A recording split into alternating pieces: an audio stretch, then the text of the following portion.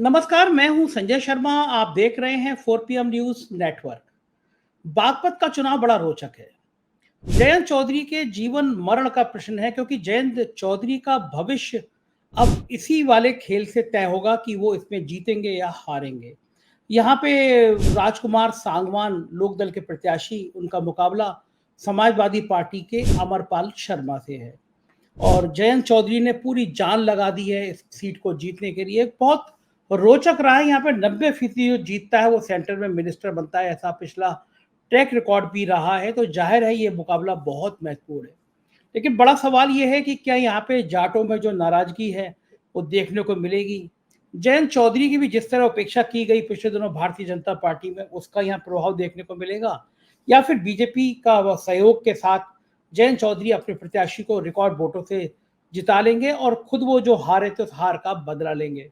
क्या है बागपत का हाल, जानने के लिए चलते हैं अपने दो खास सहयोगियों के पास। राशि जहीर जी हैं, सीनियर जर्नलिस्ट हैं, पश्चिमी उत्तर प्रदेश पर बहुत खास निगाह रखते हैं। और पुष्पेंद्र जी मेरे साथ जुड़े हैं, किसानों के नेता हैं, बड़ी राजनीति करते हैं, देश दुनिया के बड़े बड़े अखबारों में इनके आर्टिकल छपते रहते हैं। इस बार कितने जाट जुड़े हैं जयंत से, कितने बिखरे हैं, ये भी मैं इनसे समझेंगे। और चलते हैं पहले पुष्पेंद्र जी। पुष्पेंद्र जी, लोक दल का नाक का सवाल बना हुआ है बागपत का चुनाव। क्या जयंत चौधरी अपनी हार का बदला ले लेंगे, अपने प्रत्याशी को जिता देंगे, या ये सीट फंसी हुई लग रही है आपको? देखिए संजय जी, ये सीट में बहुत ज्यादा कॉन्फिडेंस मुझे लगता नहीं है कि शुरू से ही जयंत को खुद को था। नहीं तो जो नेता होता है वो लोकसभा से यदि जीत रहा हो तो वो लोकसभा में एंटर करके ही जो है अपनी नेतागिरी और राजनीति आगे चलाता है। तो ये कहना, पहली बात तो ये जो प्रचार कर रहे हैं कि साहब हमने एक कार्यकर्ता को सीट दे दी है, वास्तविकता ये थी कि इनको बहुत ज्यादा कॉन्फिडेंस इस सीट में कहीं ना कहीं गायब था, क्योंकि इन्हें ये डर था कि कहीं ना कहीं भाजपा ही तुम्हें हराने का काम ना कर दे। अब पहले चरण में क्या हुआ है, उसी से इसकी सीट के समीकरण भी कहीं ना कहीं जुड़े हुए हैं। पहले चरण में जो स्थिति आई, विशेषकर मुजफ्फरनगर वाली सीट पे, मुजफ्फरनगर वाली सीट पर पिछली बार 2019 में 6,500 वोटों से जो संजीव बालियान है उन्होंने अजीत सिंह जी को हरा दिया था। तो इस बार वहां के कार्यकर्ता और वहां के वोटर कहीं ना कहीं ये चाहते थे, जो लोकदल से संबंधित है, कि भाई हम उस हार का बदला लें। और उन्होंने वहां पर जाकर के जो है उनके खिलाफ काम किया, चाहे वो मंचों पर उनके साथ नजर आते रहे। लेकिन ये रिपोर्ट संजीव बालियान के थ्रू ही जा चुकी है कि भाई इन्होंने हमारा बहुत ज्यादा सहयोग नहीं किया।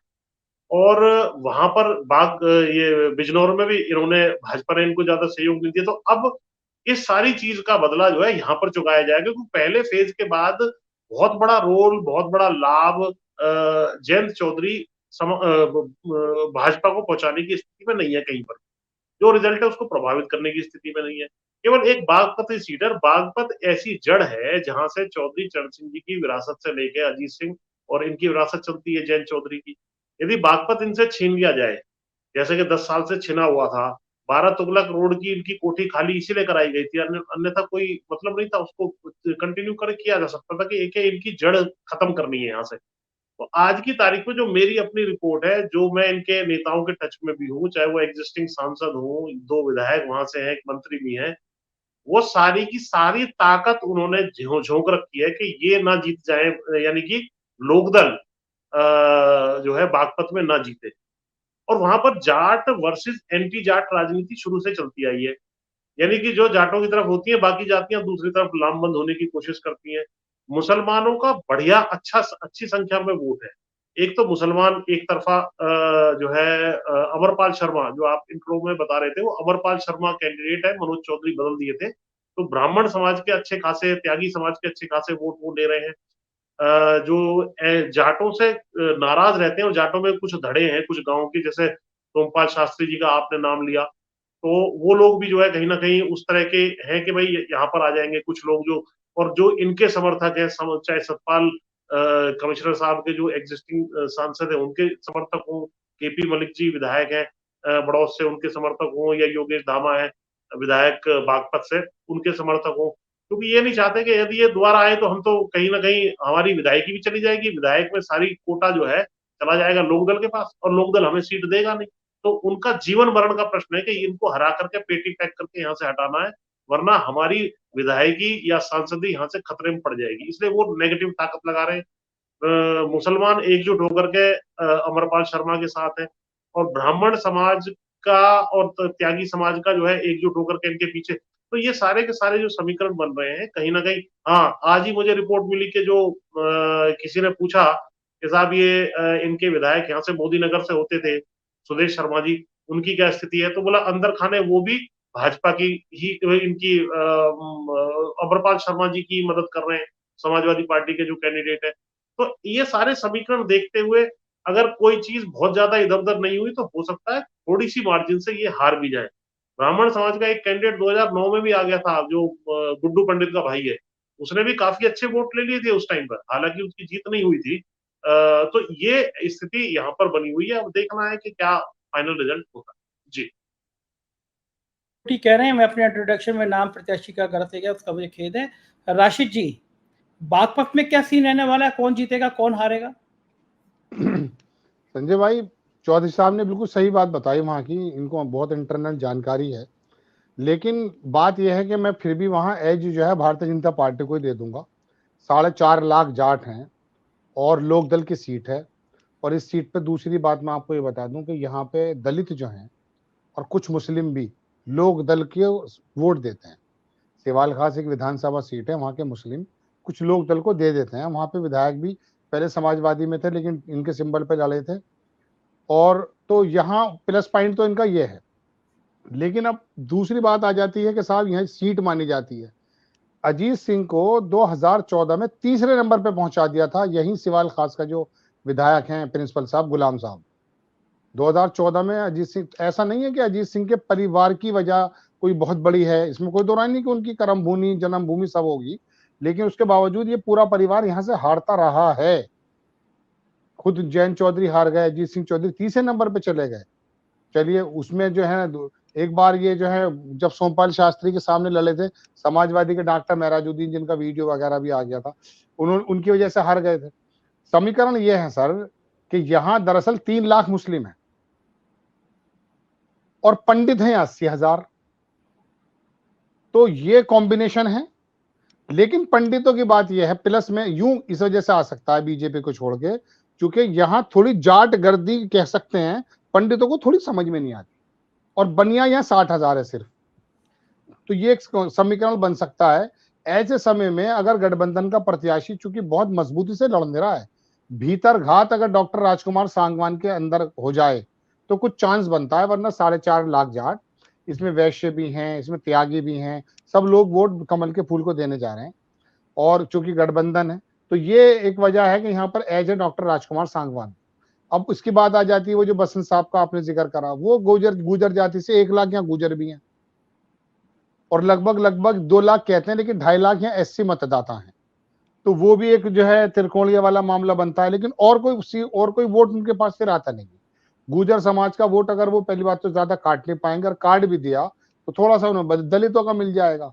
लेकिन फिर भी जो सबसे बड़ा हिस्सा आने वाला है वो लोक दल के ही पाले में आने वाला है, बशर्ते जैसे चौधरी साहब ने कहा अगर वाकई वहां भीतर घात हो जाए, क्योंकि वो लोग चाहते नहीं। हकीकत बात तो यह है कि ये अजीत सिंह का परिवार बागपत में वर्चस्व हासिल कर ले।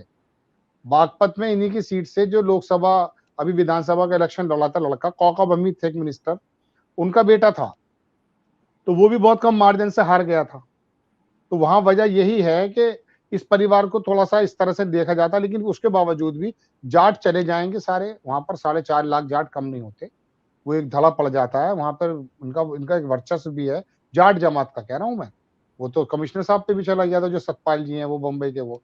तो वहां एज तो सर बेसिकली बीजेपी को है, लेकिन कुछ चांसेस ऐसे बन सकते हैं कि वहां ये अमरपाल शर्मा जो है कुछ हो सकता है गुल खिला दें, क्योंकि सोमपाल शास्त्री जीत चुके हैं सीट यहाँ पर, इसमें कोई दो राय तो है नहीं।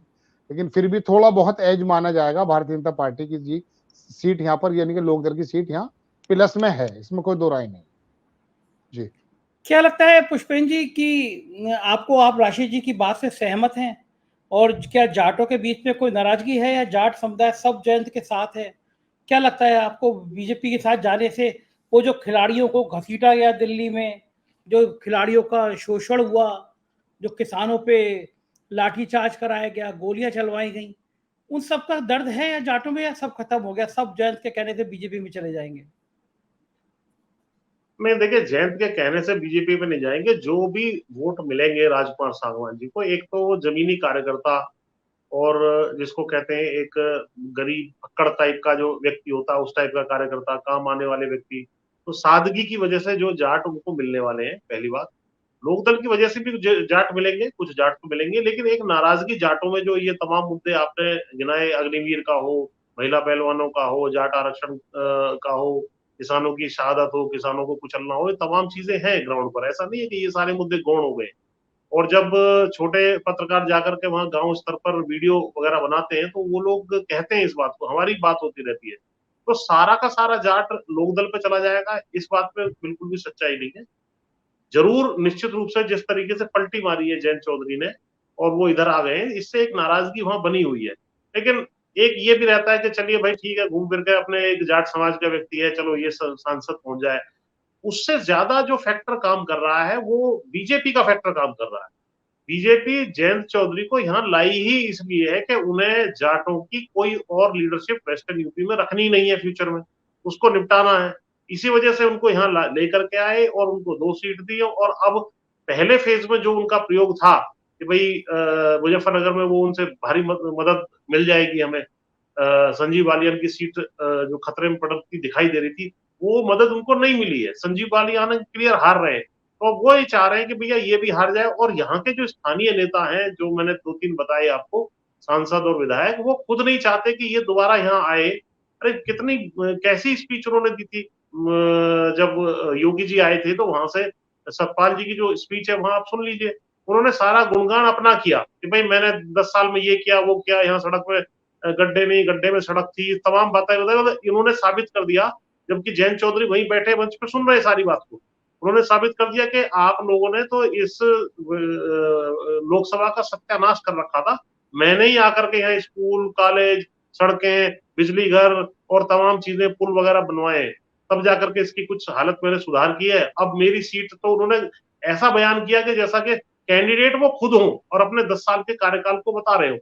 और उन्होंने ये भी अपील नहीं की भीड़ से कि भाई आपको भारी मत से राजकुमार सांगवान को जिताना हो, नहीं तो इतनी फॉर्मेलिटी तो आदमी कर ही देता है। उन्होंने केवल ये कहा कि मेरी राजकुमार सांगवान को शुभकामनाएं। और शुभकामनाएं कहाँ के लिए है, क्या किस बात के लिए शुभकामनाएं हैं? क्या आप हार के चले जाएं, अगली बार आ जाना, अभी मैं यही रहूंगा? तो ये जो है वहां पर एक है। और मेरी खुद बात हुई है, मैं आपको विश्वास तरीके से बता रहा हूँ कि वो सब लोग लगे हुए हैं।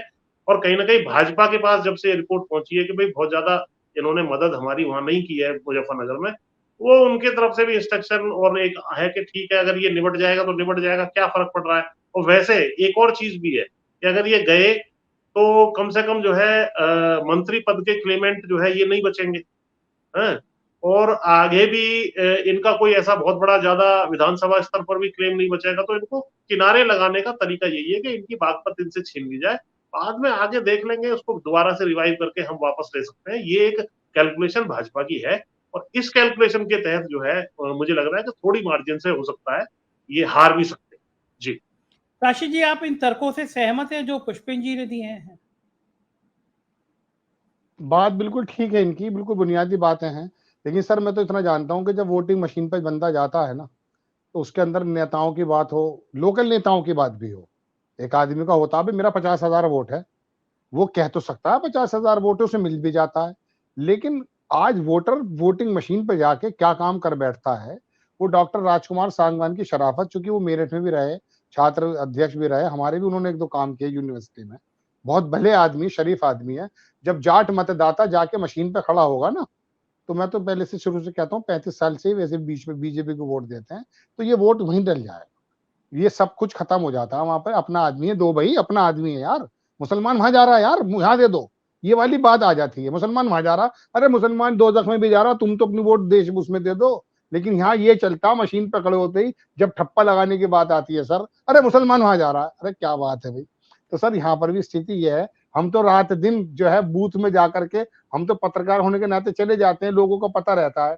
तो वहां पे स्थिति ये होती है, वो कहा जा रहा है। एक बात सर और बताऊं मैं आपको, मेरठ पश्चिम की बात, यहाँ के दलित को कहा जाता है ना बहुजन समाज पार्टी का है वोट, आप यकीन मानिए वोट समय बहुजन समाज पार्टी का वो 10-11 बजे तक ये देखता है कि मुसलमान बसपा पे आ रहा या नहीं आ रहा। 10-11 बजे तक मुसलमान अगर बसपा पे नहीं आता तो सऊदी अरब का शेख भी है या बाबा अम्बेडकर का बेटा भी है, वोट नहीं देते, फिर वो वोट वहां चला जाता है भाजपा पे। ये स्थिति यहाँ जमीन पे है। पश्चिम में ऐसे थोड़ी ना जीत रहे हैं ये लोग। इन लोगों ने सर जहर बहुत ज्यादा फैला दिया आरोप के अनुसार, तो वो वहां जाके बदल जाता है। हालात कुछ भी देखे हो, मैं कह रहा हूँ ना, हाजी याकूब 500 वोट दिलाएंगे मेरठ में, देख लेना आप, कितना बड़ा नेता है, 6.25 लाख वोट लाया था। तुम देख लेना मुस्लिमों की कितनी वोट मिलेगी, बूथ वाइज बता दूंगा मैं आपको। तो ये जमीन की स्थिति तो ये है कि यहाँ, लेकिन बात यह है कि मैं एक बात और बताना भूल गया था, 50,000 बागपत में यादव भी है। ये उस पंडित जी को, अमरपाल शर्मा जी को थोड़ी राहत पहुंचाता है। गाजियाबाद में लड़ते थे वो चुनाव, अच्छा लड़ा, थोड़ा सा और जरा सा दल बल के साथ लड़ लेते तो और चुनाव में जान फूक जाती। तो वो थोड़ा कमजोर है इस वक्त, जो है दूसरे हालात भी हैं सर जी। बिल्कुल ठीक कहा आपने। बागपत पे बड़ी निगाह रहेगी क्योंकि ये जयंत चौधरी का भविष्य भी तय करेगा। बहुत बहुत शुक्रिया पुष्पेंद्र जी, राशिद जी, आपने समय दिया, आभार। हम लोग बागपत सीट का आकलन कर रहे थे। बागपत की सीट बड़ी महत्वपूर्ण है, जयंत चौधरी के भविष्य के लिए बड़ी महत्वपूर्ण है, लोकदल के लिए बड़ा महत्वपूर्ण है। क्या नतीजा आएगा 4 जून को पता चलेगा, लेकिन तब तक लोगों के दिलों की धड़कनें बढ़ी रहेगी। आप देखते रहिए 4 PM। चुनाव के बाद का भी हम लोग आकलन करेंगे, साथ रहिएगा।